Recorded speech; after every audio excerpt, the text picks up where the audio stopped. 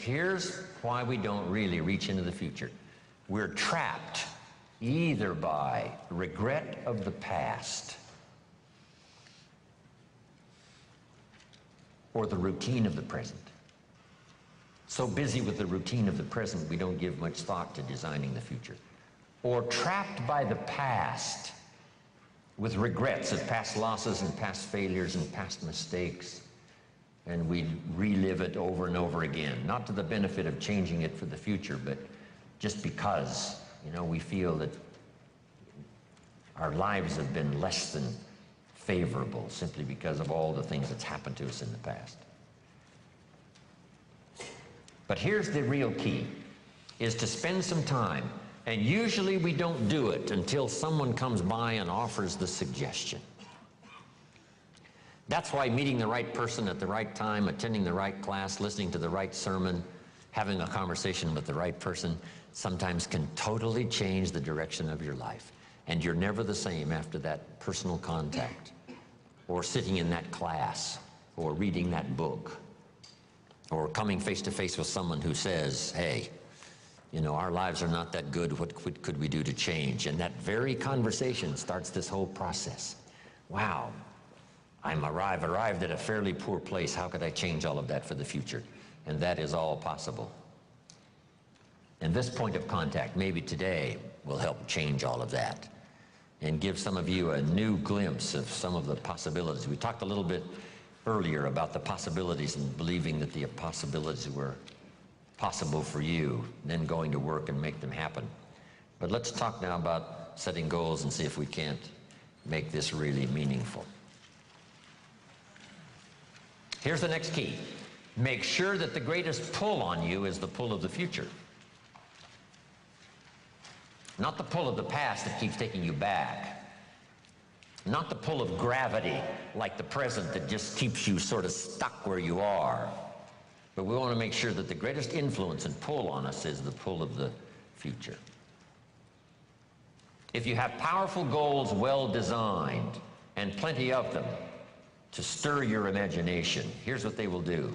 Goals become like a magnet.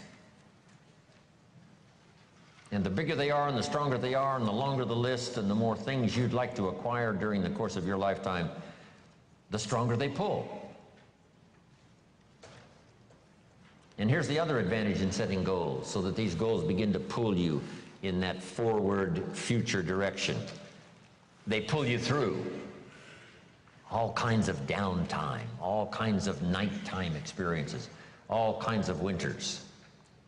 You can much more easily survive the next crisis, the next winter of your life, if you have well-set goals, finely tuned, places you want to go, things you want to do, people you want to meet, skills you want to develop, fortune you want to make, benevolence you want to engage in. If all of that becomes powerful and clear and you're on your way, I promise you, no matter what happens, those goals will pull you through. You won't be lost in the middle because you'll be able to see beyond. So with that in mind, let's now engage in this little session. It may be one of the most important for the weekend, designing the next 10 years. I want you to take a fresh piece of paper, or at least put a title up on one page and call it Goals Workshop. And in this Goals Workshop, I'm going to ask a series of questions, and I want you to write down the question first and then do the exercise. Okay? Write down the question first and then do the exercise. If you're ready to go, say, let's go. Here's number one. I want you to list 5 things you've already accomplished that you're proud of. Make a list of 5 things you've already accomplished that you're proud of. Because all of us have set goals, maybe haphazardly, maybe spasmodically.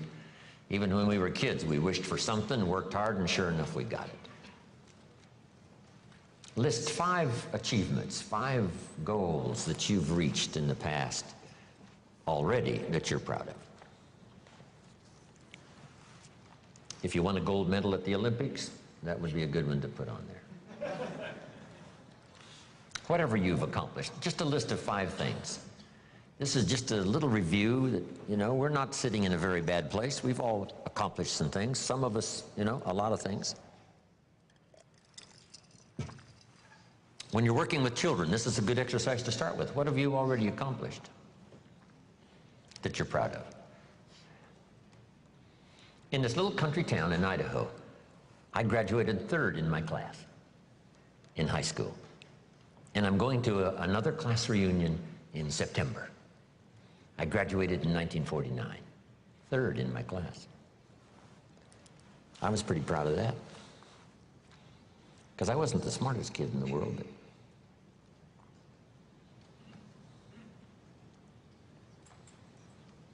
we're called the 49ers, Idaho 49ers, graduated in 1949.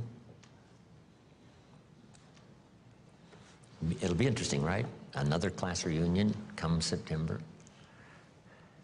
Some of my classmates are still there in this little farm community, farmers, you know, bankers, real estate people. It's a great group. 5 things you've already accomplished that you're proud of. Wish we had time here to go over everybody's list of 5. I'm sure some of you would be really impressed.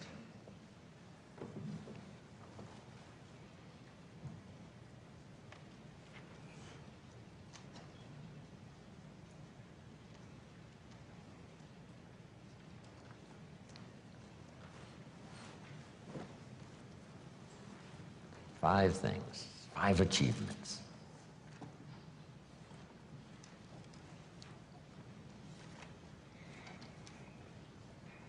So this list of 5 now proves, right, that you already know how to set goals. Maybe not as intensely as we're going to work on now, but you've already done it. You've already said, hey, this is it for me, I'm going for it, and sure enough, you did.